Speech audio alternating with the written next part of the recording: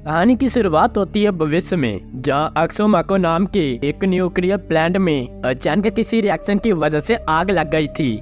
जल्दी गार्ड्स को आग बुझाने के लिए भेजा गया। वह दो इंजीनियर इस भयानक धमाके को रोकने की कोशिश कर रहे थे, पर उन्हें समझ नहीं आ रहा था कि वो पीला बटन दबाए या नीला। दोनों बटन के नीचे लिखी हुई बादशाह भी उन्हें समझ नहीं आ रही थी। अभी फोकस नाम का आदमी दरवाजे के सामने प्रकट हुआ और इंजीनियर को नीला बटन दबाने से मना करने लगा। उसने कहा कि वो भविष्य से आया है, नीला बटन दबाने से बहुत तबाही हो सकती है। लेकिन इंजीनियर को कुछ समझ नहीं आया। फोकस अपने साथ ट्रांसलेशन भी लाया था, लेकिन वो किसी दूसरी भाषा का ट्रांसलेशन था। इसके बाद फोकस कई बार गायब होकर वापस आया। आखिरकार इंजीनियर उसकी बात मानने को तैयार हो गई, पर उसी समय टाइम पेट्रोल के दो आदमी वापस आ गए। ये देखकर फोकस गायब हो गया और उन्होंने इंजीनियर से कहा कि उन्हें नीला बटन ही दबाना चाहिए। टाइम पेट्रोल के जाने के बाद इंजीनियर ने नीला बटन दबा दिया और सब शांत हो गया। पर अचानक पूरे न्यूक्लियर प्लांट में बहुत जबरदस्त धमाका हो गया। इधर असलियत में गिलबर्ट नाम के एक आदमी ने प्रेस कॉन्फ्रेंस में ऐलान की वो एक्सो नाम की कंपनी के साथ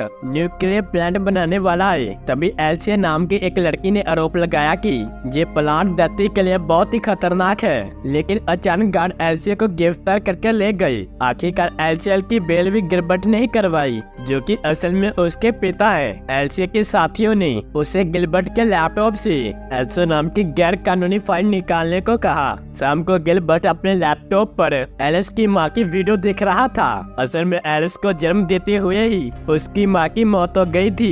खैर, गिलबर्ट के सो जाने के बाद एलिस उसका लैपटॉप लेने आई, पर फोक्स पहले उसका लैपटॉप चुराने की कोशिश कर रहा था। इससे पहले कि फोक्स कुछ कहता, एलेक्स ने पहले उसके सिर पर बोतल दे मारी। आवाज सुनकर गिलबर्ट भी नीचे आ गया और उसी समय टाइम पेट्रोल ने वहां पहुंचकर फोक्स को मारने की कोशिश की, लेकिन अंदर एलेक्स ने फोक्स को खींच लिया।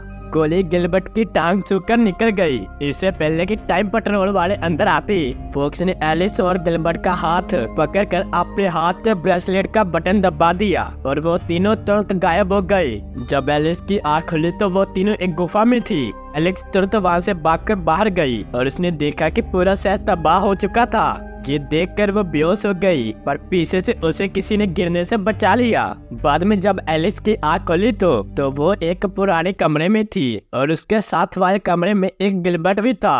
तभी वहाँ रैफ नाम का एक लड़का आया। उसने उसे कुछ खाने को दिया। बाद में रैफ एलिस और गिलबर्ट को फोक्स से मिलाने ले गया। गिलबर्ट कुछ सुनना नहीं चाहता था, इसलिए वो बाहर जाने लगा, पर दरवाजा खोलते ही भयानक ज़ॉम्बी उन पर हमला करने के लिए तैयार खड़े थे।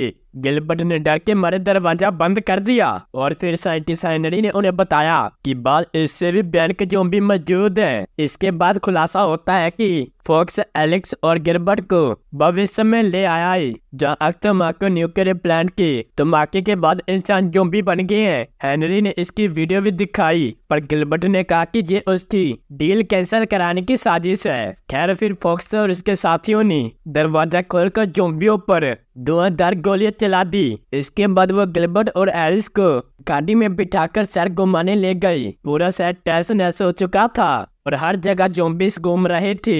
इसके बाद उन्होंने आसमान में बहुत बड़ा रेडियो एक्टिवेट बादल देखा।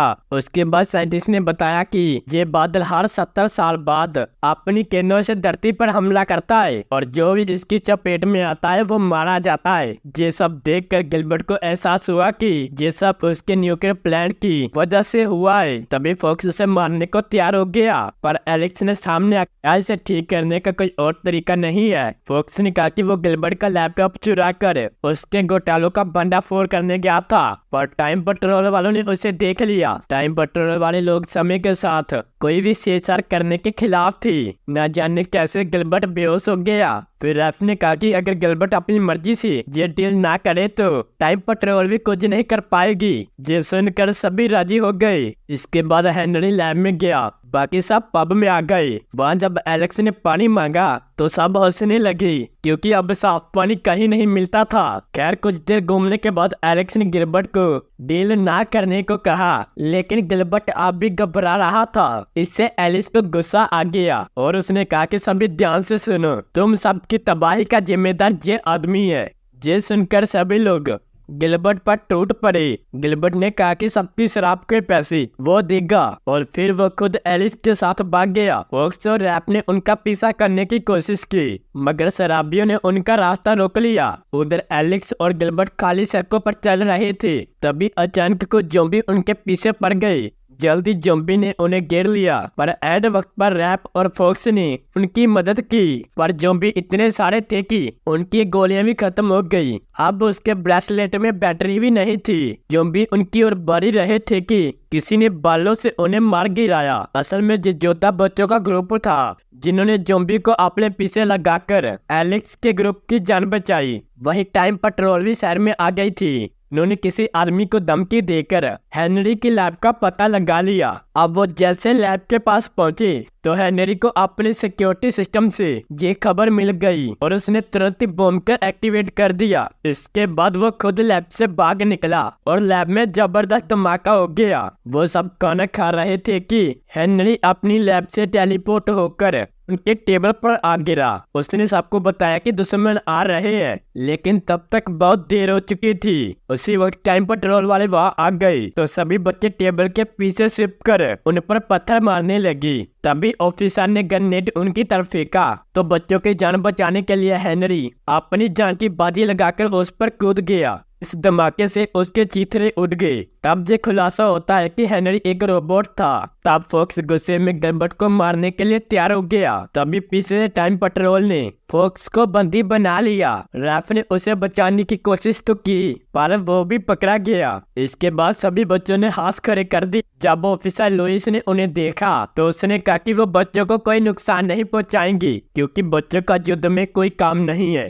टाइम पेट्रोल समय के साथ छेड़छाड़ करने वालों को उनके गुनाहों की सजा देता है। इसलिए वो फोक्स, रैफ और एलिस को और गिलबर्ट को अपने साथ ले गए। टाइम पेट्रोल हेडक्वार्टर में चीफ कॉन्टेक्ट ने एलिस से बात की पर एलिस का कहना है कि फोक्स जो भी कर रहा है वो बिल्कुल ठीक है। इसके बाद कॉन्स्टेंट ने भविष्य की एलिस उससे बात करने को भेजा पर एलिस ने कहा कि इतिहास को बदलना ठीक नहीं है। गिलबर्ट के बिजनेस की वजह से ही एलिस को इतनी अच्छी जिंदगी मिली है, इसलिए उसे समय के साथ खिलवाड़ नहीं करना चाहिए। फिर एलेक्स ने छोटी एलिस को गिलबर्ट के साथ ज्यादा समय बिताने को कहा क्योंकि उसकी माँ के गुजर जाने के बाद वो एकदम अकेला महसूस करता है, इसलिए वो बहुत ज्यादा शराब पीने लगा है। इसके बाद एलिस और गिलबर्ट को वापस उनके समय में भेज दिया गया। उधर फोक्स और रेस्ट को कॉन्स्टेंट के सामने लाया गया क्योंकि उन्होंने कई जिंदगियां बर्बाद की थी। फोक्स ने कहा कि उसने कई हजारों लोगों की जान बचाई है पर टाइम पेट्रोल को इसका कोई अंदाजा नहीं था क्योंकि जब कोई समय को बदलता है तो समय सबकी याददाश्त मिटा देता है। असलियत तो सिर्फ उसे याद रहती है जिसने समय को बदला था। कॉन्स्टेंट ने उन्हें पोलो नाम की जेल में बंद करने की सजा दी जहां समय एक जगह पर रुका रहता था। उधर गिलबर्ट एक गाड़ी में बैठकर उस मीटिंग के लिए जा रहा था जहां वो डील के लिए साइन करेगा, पर रास्ते में ड्राइवर एलिस के बारे में बात करने लगा तो गिलबर्ट का मन बदल गया और वो वापस घर आ गया। घर आकर उसने पूरा समय एलिस के साथ बिताया। उधर भविष्य में टाइम पेट्रोल वालों को समय में बदलाव का सिग्नल मिला। इसे जानकर फोक्स ने कहा कि ये बदलाव गिलबर्ट ने खुद अपनी मर्जी से किया है, इसलिए टाइम पेट्रोल इसमें कोई भी दखल अंदाजी नहीं कर सकती। पर कॉन्स्टेंट ने कानून तोड़कर अपने आदमियों को हुक्म दिया कि वो गिलबर्ट से जबरदस्ती डील के लिए साइन करवाए, जहाँ तक की जरूरत पड़े तो एलिस को मार भी डाले। मगर लुई इस प्लान के खिलाफ थी, इसलिए कॉन्टेक्स्ट ने मेलिक और विक्टर को भेज दिया। उधर शहर में रेडियो एक्टिवेट बादल का हमला शुरू हो गया था। वो अब तक कई लोगों की जान ले चुका था। वही हाइडो में खुलासा हुआ कि हेनरी अब भी जिंदा था, इसलिए वो अपने पुर्जे जोड़कर सबकी मदद करना चाहता था और उसका ब्रेसलेट काम नहीं कर रहा था और ना ही टाइम मशीन दोबारा बनाने का इतना समय था, इसलिए वो सब अपने अंत का इंतजार कर रहे थे। और वही दोषी और विक्टर और मैरियन ने गिलबर्ट के घर में घुसकर एलिए पर बंदूक तान दी और गिलबर्ट को जबरदस्ती डील साइन करने को कहा। मजबूरन गिलबर्ट राजी हो गया और वही गिलबर्ट को गाड़ी में बैठाकर डील के लिए साइन करने के लिए ले गया। दूसरी तरफ लिलिस कॉन्टेक्स्ट असिस्टेंट के साथ फोक्स और रैफ को एक हॉल में डालने के लिए आई थी और उसने चालाकी से ही असिस्टेंट को ही उसमें धकेल दिया। फिर उसने फॉक्स और रैफ को आजाद कर दिया ताकि वो एक बेहतर भविष्य बना सके। उसने उन्हें नए ब्रेसलेट दिए और कॉन्टेस्ट के पास जाकर कहा कि काम पूरा हो गया। कॉन्टेस्ट ने अपने असिस्टेंट के बारे में पूछा तो अचानक फॉक्स और रैफ के भागने की खबर आ गई। तभी लुइस ने कॉन्स्टेंट पर गोली चला दी पर कॉन्टेस्ट नीचे झुक गई। उसके बाद दोनों में जबरदस्त हाथापाई हुई। कॉन्टेस्ट ने लुइस से बंदूक लेकर उसे पीछे धकेल दिया। उधर गिलबर्ट की गाड़ी पर अचानक फॉक्स आ गिरा। तभी ड्राइवर ने गाड़ी रोक दी और फॉक्स नीचे गिर गया। जब मैरियो गाड़ी से बाहर निकलकर उसकी ओर बढ़ा, फॉक्स ने अचानक उसकी टांग पकड़कर अपने ब्रेसलेट का बटन दबा दिया। इसके बाद वो टेलीपोर्ट होकर पहले विश्व युद्ध में पहुंच गया। चारों ओर से गोलीबारी हो रही थी पर मैक्यू फॉक्स का पीछा कर रहा था और अचानक फॉक्स ने टेलीपोर्ट होने की कोशिश की पर एक फौजी से टकराकर उसका ब्रेसलेट खराब हो गया। खैर इसके बाद फॉक्स और मैरियो में भयंकर लड़ाई हुई। दोनों में से किसी ने हार नहीं मानी पर अचानक आसमान से ले ने पूरे इलाके पर बम धमाके शुरू कर दिए। वही दूसरी ओर रैफ टेलीपोर्ट होकर विक्टर और एलिस के पास आया।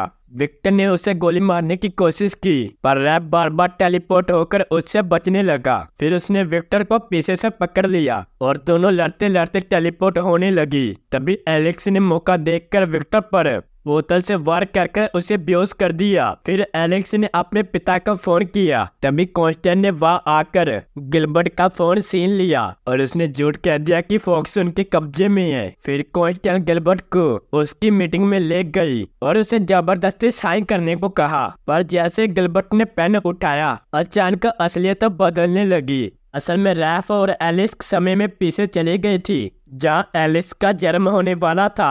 तब एलिस ने डॉक्टर को बंदूक दिखाकर बच्चे की जगह बच्चे की मां को बचाने के लिए कहा। इधर असलियत में फॉक्स को एहसास हुआ कि एलेक्स अपना वजूद मिटा रही है। जल्दी असलियत बदलने लगी और हर जगह से एलेक्स गायब हो गई। फिर जन्म के समय एलेक्स की मां की आंख खुली। उसने एलिस को कहा कि वो कौन है। एलेक्स ने कहा कि कोई नहीं। जब गिलबर्ट को एहसास हुआ कि एलेक्स खुद का वजूद मिटा रही है फिर वो जोर जोर से उसका नाम चिल्लाने लगा और जब उसकी आंख खुली तो वो अपनी पत्नी के साथ घर पर था।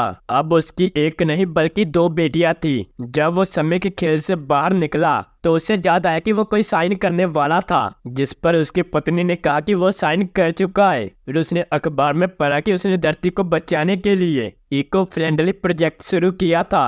फिर जब भविष्य में फॉक्स की आंख खोली तो उसे लगा कि रेडियो एक्टिवेट बादल तो था ही नहीं और भविष्य में सभी लोग सुरक्षित हैं। आखिरकार सभी लोग पब में पहुंचे पर वहां तो एलेक्स की भी मौजूद थी।